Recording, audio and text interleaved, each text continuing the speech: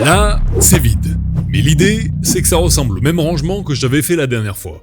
C'est-à-dire un établi avec des range-caisses dessous. Sauf que si vous avez vu la vidéo, vous vous souvenez de l'enfer que ça a été de le construire. Du coup, vu que je n'ai pas d'établi là qui limite la taille de mon meuble précisément, je pense qu'un simple calax devrait le faire. Effectivement, un calax de 4 cases de large passe parfaitement en largeur. Par contre, en hauteur, la question se pose. 2 cases ou 3 cases 77 cm de haut ou 1,12 m? C'est sûr que 77 cm avec un plateau à roulettes, ça se rapproche des 90 cm standard d'un plan de travail. Mais sachant que c'est pour l'utiliser tout le temps debout, que je fais plus d'1,80 m et que je veux optimiser l'espace pour avoir le plus de rangement, 1,12 m c'est clairement la meilleure option je pense. Même si c'est quand même un poil trop haut. Mais je me dis qu'en faisant un plateau à roulettes sur mesure, ça devrait le faire. Il me reste 2 planches d'OSB de 14 mm d'épaisseur, ça devrait être le bon compromis. J'en découpe une à la bonne longueur, ça devrait suffire. Pour ce qui est des roulettes, les plus petites et moins chères que j'ai trouvées sont celles de ce lot d'action. Eh oui, même si je ne peux récupérer que la moitié des roulettes car la moitié est pivotante et l'autre fixe, ça reste le moins cher.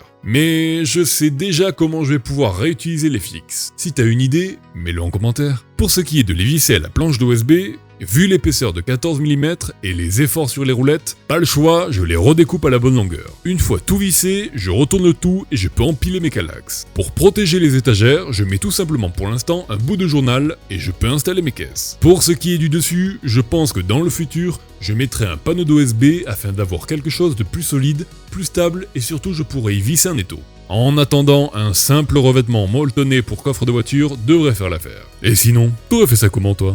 Dis-le moi en commentaire. N'hésite pas à mettre un j'aime et t'abonner, c'est gratuit. Et surtout, récupère bien.